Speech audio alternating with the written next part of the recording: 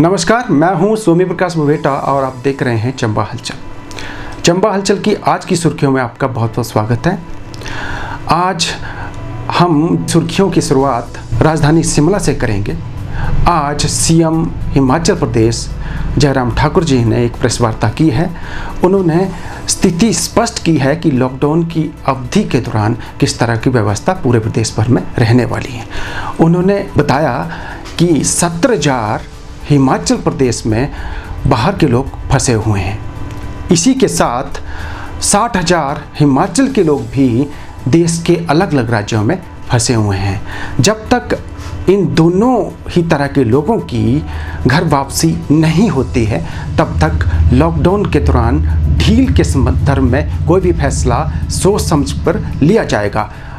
साथ ही उन्होंने ये भी स्पष्ट किया है कि लॉकडाउन 4 आज से शुरू हुआ है। अब इस दर में कुछ रियायत भी दी जाएगी, लेकिन किस तरह की रियायत दी जा सकती है, इस दर में एक कैबिनेट की बैठक होगी। इसमें तमाम विभागों के आला अफसर बुलाए जाएंगे। इस बैठक के दौरान ये तय किया जाएगा कि लॉकडाउन की चौथी अवधि के दौरान किस तरह की ढील दी जा सकती है। उन्होंने ये भी बताया कि हिमाचल के देश के अलग अलग राज्यों में चूँकि 60,000 लोग फंसे हुए हैं, इसी के साथ 17,000 लोग जो है हिमाचल में अलग अलग राज्यों के फंसे हुए हैं। अब उन्हें कैसे भिजवाया जाना है, यानी ट्रांसपोर्टेशन की कैसी व्यवस्था की जा सकती है। चूँकि हिमाचल के जैसे अलग अलग ज़िलों में फंसे हैं बाहर के लोग, उन्हें कैसे भिजवाया जा सकता है, इस संदर्भ में बहुत महत्वपूर्ण फैसला लिया जाएगा। साथ ही जो हिमाचल के लोग अलग अलग राज्यों में फंसे हैं, उन्हें कैसे हिमाचल में अपने घरों में लाया जा सकता है, इस संदर्भ में भी अलग अलग राज्यों के जो नोडल अधिकारी तैनात किए गए हैं उनसे बात हो रही है। उन्होंने ये भी कहा कि हम ढील देने की सोच रहे हैं, लेकिन ये ढील कहीं आफत ना बने हिमाचल की जनता के लिए, क्योंकि जिस तरह से बाहर के लोग आने वाले हैं, ग्रीन जोन से जो लोग आ रहे हैं उनसे तो कोई दिक्कत नहीं है, लेकिन जो रेड जोन से आ रहे हैं उनकी वजह से कोरोना वायरस फैलने का खतरा बना रहता है। और चूँकि जिस तरह से बाहर के लोग हिमाचल में प्रवेश किया है, उसके बाद कोरोना से संबंधित जो मरीज हैं आने शुरू हुए हैं, तो इसलिए कहीं ज़्यादा दिक्कत ना हो हिमाचल की जनता के लिए, इसलिए सोच विचार करके ही हिमाचल सरकार लॉकडाउन की चौथी अवधि के दौरान दी जाने वाली ढील के संदर्भ में फैसला लेने वाली है। हमारी अगली सुर्खी राशन कार्ड से जुड़ी है। आज हिमाचल प्रदेश के मुख्यमंत्री जयराम ठाकुर ने एक राष्ट्र एक कार्ड, यानी एक राशन कार्ड एक राष्ट्र की सुविधा शुरू की है। क्योंकि देश के अन्य राज्यों में यानी 20 राज्यों में ये सुविधा शुरू हो चुकी है, हिमाचल में इस तरह की फैसिलिटी आज से शुरू हुई है। क्योंकि जो बाहर के लोग हैं उन्हें राशन कार्ड नहीं बन पाने के कारण, खासकर जैसे हिमाचल के चूँकि अलग अलग एरिया में बाहर के लोग भी रहते हैं और ख़ासकर उसमें प्रवासी मजदूर होते हैं, जब उन्हें राशन लेना होता है तो उन्हें दिक्कत ये रहती है कि उनके पास राशन कार्ड नहीं होता है। लेकिन अब किसी भी राज्य का प्रवासी मजदूर हो, उसके पास सिर्फ राशन कार्ड होना चाहिए। वो उस राशन कार्ड के आधार पर किसी भी डिपो धारक के पास जाकर राशन ले सकता है। तो इस तरह की सुविधा की शुरुआत आज मुख्यमंत्री जयराम ठाकुर ने शुरू कर दी है। इस सुविधा का लाभ सोमवार यानी आज से ही हर डिपो धारकों के पास मिलना शुरू हो जाएगा। हमारी अगली सुर्खी एजुकेशन लाइन से जुड़ी है। आज शिक्षा मंत्री हिमाचल प्रदेश यानी सुरेश भारद्वाज शिक्षा मंत्री ने आज एक वेबसाइट लॉन्च की है। इस वेबसाइट के माध्यम से तमाम शिक्षा से संबंधित जानकारी वेबसाइट पर लोगों को मिलेगी, चाहे वो ऑनलाइन शिक्षा व्यवस्था की बात हो, चाहे वो एडमिशन की बात हो, चाहे लॉकडाउन की अवधि के दौरान नई नई अधिसूचनाओं की जानकारी हो। ये तमाम जानकारी इस वेबसाइट पर मिलनी शुरू हो जाएगी। आज से ये वेबसाइट काम करना शुरू कर दिया है। इस वेबसाइट पर हर तरह की जानकारी शिक्षा से संबंधित उपलब्ध रहने वाली है। हमारी अगली खबर भी एजुकेशन से जुड़ी है। चूँकि आज से लॉकडाउन का चौथा चरण शुरू हो चुका है, हमने पहले ही स्पष्ट किया था कि 31 मई तक छुट्टियों की घोषणा कर दी गई है, लेकिन पढ़ाई की व्यवस्था किस तरह से रहने वाली है, इस संदर्भ में आपको जानकारी हम देना चाहते हैं। हम यहाँ स्पष्ट करना चाहते हैं कि छुट्टी के दौरान ऑनलाइन पढ़ाई नहीं होगी। तो ये बच्चों के लिए राहत भरी खबर है, क्योंकि ऑनलाइन पढ़ाई की व्यवस्था के चलते स्कूली बच्चे घरों में भी व्यस्त थे और उन्हें ऑनलाइन सिलेबस मिलने के साथ ऑनलाइन असाइनमेंट भी मिल रही थी। साथ ही स्कूली बच्चों को जो सिलेबस दिया जाता था उसकी चेकिंग भी रोज़ाना होती रही है।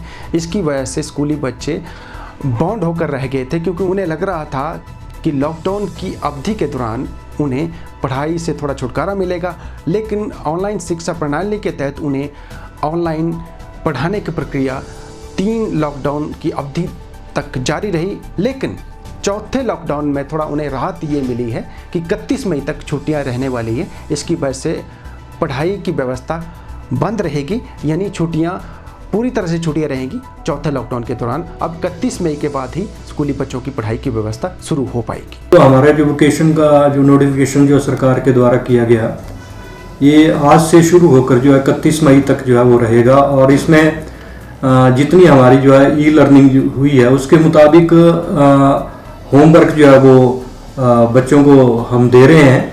जो हमारी ऑनलाइन जो स्टडी हो चुकी है, हमारी जो 16 अप्रैल से जो हुई थी और जो पिछले कल तक जो हमारी ऑनलाइन स्टडीज़ हुई, उसके मुताबिक जो है सभी प्रिंसिपल और जो हमारे हेडमास्टर्स हैं उनको हमने दिशा निर्देश दिया और सरकार के द्वारा भी दिशा निर्देश दिए गए हैं कि उसके मुताबिक जो होमवर्क है वो बच्चों को असाइन किया गया है। और आते ही जो है इसके जो वो टेस्ट होंगे और उसके बाद स्कूल जो खुलेंगे वो ये सरकार के ऊपर निर्भर करेगा और जो कोविड-19 की क्या स्थिति रहेगी उसके मुताबिक जो है वो अगला डिसीजन जो है सरकार के द्वारा लिया जाएगा। और हम भी उसके मुताबिक जो है वो काम करेंगे कि जैसे हम डेली ई लर्निंग का कार्य करते थे या करवाते थे बच्चों से, वो अब इन छुट्टियों में या वेकेशन में जो है वो नहीं करवाया जाएगा। और जो हमारा जो होमवर्क जो अभी दिया जाएगा उसी को बच्चे जो है वो अपने घर में जो है प्रैक्टिस करेंगे, उसी के आधार पर जो है वो अगला जो है टेस्ट भी होंगे आफ्टर वेकेशन। सर, इसमें क्या जो एडमिशन का जो सेशन चला था वो जारी रहेगा? ये एडमिशन हमारे तो वैसे जो है वो हो चुकी हैं, लेकिन सरकार यदि कोई इस डेट को एक्सटेंड करती है तो हम इसको आगे जो है वो जारी रखेंगे। अभी ये वेकेशन जो है वो दी गई है आज से लेकर 31 मई तक, लेकिन जैसे ही कोई निर्देश आते हैं तो उन निर्देशों के अनुसार जो है स्कूल जो है वो खोले जाएंगे। हमारी अगली खबर एक प्रतियोगिता से जुड़ी है। विश्व संग्रहालय दिवस पर आज चित्रकला प्रतियोगिता का आयोजन किया गया है। ऑनलाइन आयोजित इस प्रतियोगिता के दौरान स्कूली बच्चों ने बढ़ चढ़ कर हिस्सा लिया। इस प्रतियोगिता का जो परिणाम है वो मंगलवार को आने वाला है। इसकी जानकारी पद्मश्री विजय शर्मा ने देते हुए बताया, इस वर्ष की प्रतियोगिता का विषय फाइट विद कोरोना रखा गया था। चूँकि लॉकडाउन हो रखा है तो स्कूली बच्चों को संग्रहालय दिवस के उपलक्ष्य में संग्रहालय में बुलाकर प्रतियोगिता आयोजित नहीं की जा सकती थी, इसलिए पहली बार इस प्रतियोगिता को ऑनलाइन तरीके से आयोजित किया गया है। इस प्रतियोगिता को लेकर स्कूली बच्चों में काफ़ी उत्साह देखने को मिला है। चित्रकला प्रतियोगिता के दौरान पहुंची प्रविष्टियों में जो चित्र इतने सुंदर थे, उनमें से किसी एक को अच्छा चुनना मुश्किल था, लेकिन ये प्रतियोगिता थी इसलिए उनमें से 5 को पुरस्कृत करना था। इसलिए पुरस्कृत चित्रों का विवरण जो है वो मंगलवार को दिया जाएगा। हर साल 18 मई को दुनिया भर में विश्व संग्रहालय दिवस मनाया जाता है और हमारे भूरी सिंह संग्रहालय चंबा में भी हर साल विश्व संग्रहालय दिवस के अवसर पर सांस्कृतिक कार्यक्रम, बच्चों के कार्यक्रमों का आयोजन किया जाता था। इस साल कोरोना महामारी के चलते संग्रहालय की गैलरी तो बंद करनी पड़ी और साथ ही इस प्रकार की जो गतिविधियां थी उस पर भी विराम लग गया। तो कोरोना के चलते हम चाहते थे कि बच्चों की कोई चित्रकला प्रतियोगिता करवाते संग्रहालय में, मगर संग्रहालय में ना करवा के इस बार हमने ये चित्रकला प्रतियोगिता ऑनलाइन करवाई है, जिसमें बच्चे अपने घर में बैठकर कोरोना विषयक चित्र बनाएंगे और वो व्हाट्सएप पे हमें भेजेंगे और जो सर्वश्रेष्ठ 5 चित्र होंगे उन्हें हम पुरस्कृत करेंगे। इसका मकसद ये है कि एक तो जनसाधारण में हमने कोरोना महामारी जो विषाणु है इसके बारे में जागृति पैदा करना है और इससे किस प्रकार से लड़ाई लड़नी है इस महामारी से, इसके बारे में बच्चों को भी थोड़ा जागरूक करना है। तो इसके साथ साथ ही बच्चों की जो एक प्रतिभा है, मौलिक प्रतिभा, जिसमें टैलेंट बच्चों की चित्रकला की प्रति जो है वो भी उभर के सामने आएगी। तो अखबार के द्वारा हमने ये विज्ञापन दिया था कि जो भी स्कूली बच्चे कोरोना महामारी पे अपना चित्र बनाना चाहते हैं वे अपने घर में बैठ के बनाएं और उसे व्हाट्सएप पे हमें भेजें न्यूज़ में, और उसका कल हम जो सर्वश्रेष्ठ चित्र होंगे उसका उनके नाम कल हम प्रकाशित करेंगे। आज की इस ऑनलाइन चित्रकला प्रतियोगिता के लिए मैं सभी स्कूलों का और स्कूली बच्चों का मैं धन्यवाद करता हूं, जिन्होंने बढ़ चढ़कर आज के इस कार्यक्रम में भाग लिया। और इसके अलावा मेरा जन साधारण से भी अनुरोध है कि वे अपने घर पर रहें और सुरक्षित रहें।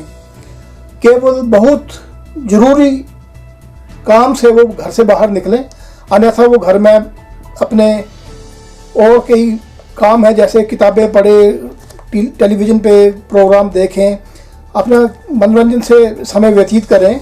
मगर जो सरकार के दिशा निर्देश हैं, जो गाइडलाइन जारी की गई हैं इस महामारी से लड़ने के लिए, उसका पूरी तरह से पालन करें, क्योंकि अभी तक इस विषाणु का कोई इलाज नहीं संभव हो पाया है। और जिस प्रकार से दुनिया भर में लाखों की तादाद में कोरोना से लोग मर रहे हैं, तो इसका एक ही बेहतर उपाय है कि आप घर में रहें और स्वस्थ रहें और किसी प्रकार के बाहरी लोगों से ना मिलें, ना ही आप बाजार में बिना किसी काम से निकलें।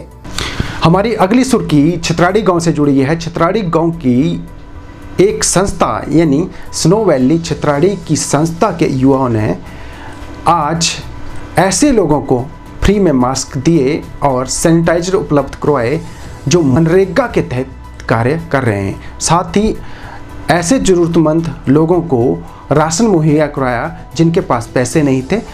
इस संस्था के इस तरह के कार्य के लिए उन्हें साधुवाद तो बनता है।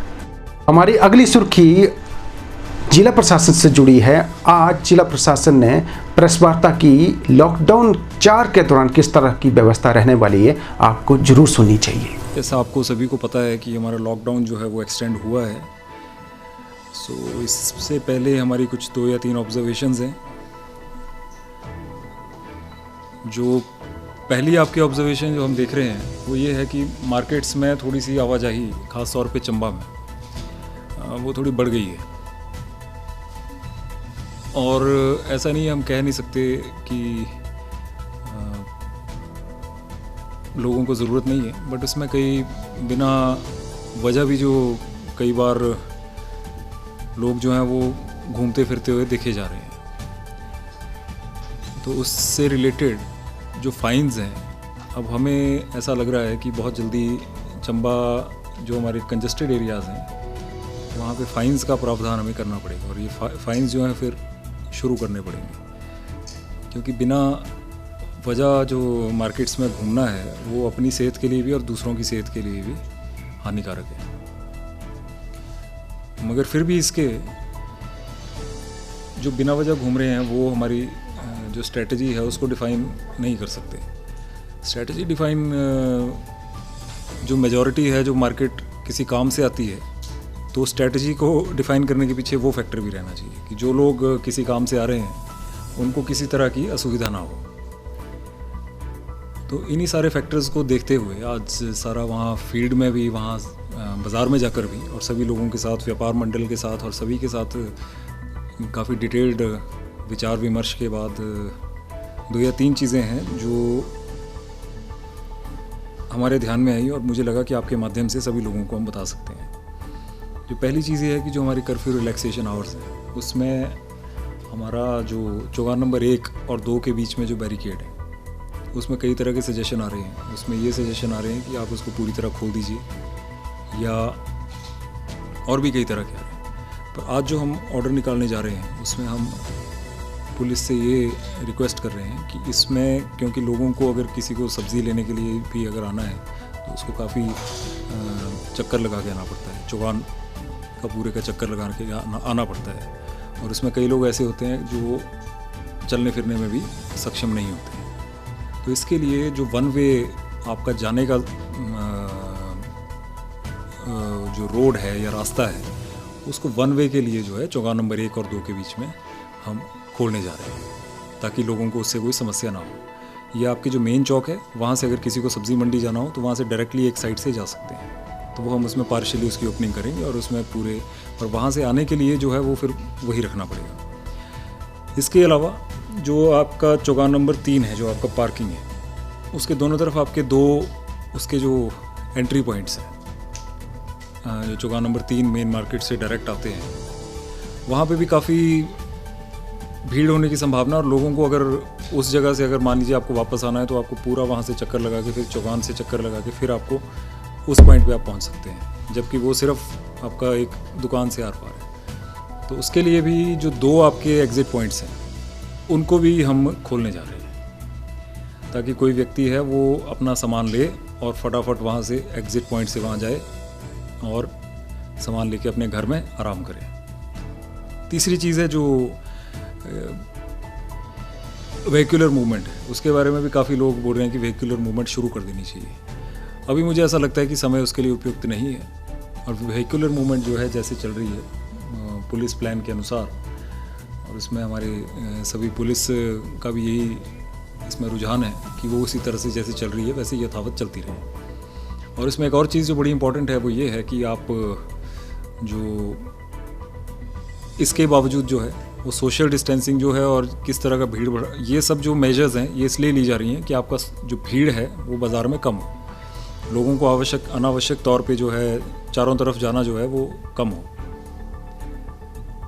अगर इसके बावजूद हमारा भीड़ भड़ाका कम नहीं होता है या हमारी भीड़ बढ़ती है, तो हो सकता है कि 3 या 4 दिन के बाद हम इसका दोबारा से मंथन करने के बाद जो है इस डिसीज़न को वापस भी ले सकते हैं। तो जितना हमारा जो सोशल डिस्टेंसिंग, भीड़ भड़ाकापन और जो ये हमारा क्राउड है हमारा जितना कम होगा, we will ease the local movement in that direction. तो जितना बेवजह की मूवमेंट है, मैं सभी से आपके माध्यम से उनसे रिक्वेस्ट करूंगा कि जो बेवजह की मूवमेंट है उसको लोग कम से कम करें और सिर्फ आवश्यक काम करने के लिए बाहर आएँ। ये जो आपका एक थ्रेट है, जो एक पहले हमारी जो थ्रेट थी वो हेल्थ पैंडेमिक की हमारी थ्रेट थी, अब जो थ्रेट है वो आपकी जो कैजुअल अप्रोच या एक भ्रांति की जो है वो थ्रेट जो है मुझे ज़्यादा बड़ी लग रही है। जो हमारे अंदर एक झूठा आश्वासन है कि अब कोविड की थ्रेट जो है वो ख़त्म हो चुकी है, वो ख़त्म बिल्कुल नहीं हुई है। और मैं आपके माध्यम से ये भी संदेश देना चाह रहा हूँ कि वो शायद पहले से ज़्यादा हमारे लिए बढ़ गई है। तो कृपया 1 या 2 महीने तक बिल्कुल भी ऐसा ना सोचें कि हमारी जो कोरोना वायरस से जनित जो हमारी बीमारी है कोविड-19, उसकी थ्रेट जो है वो ख़त्म हो गई।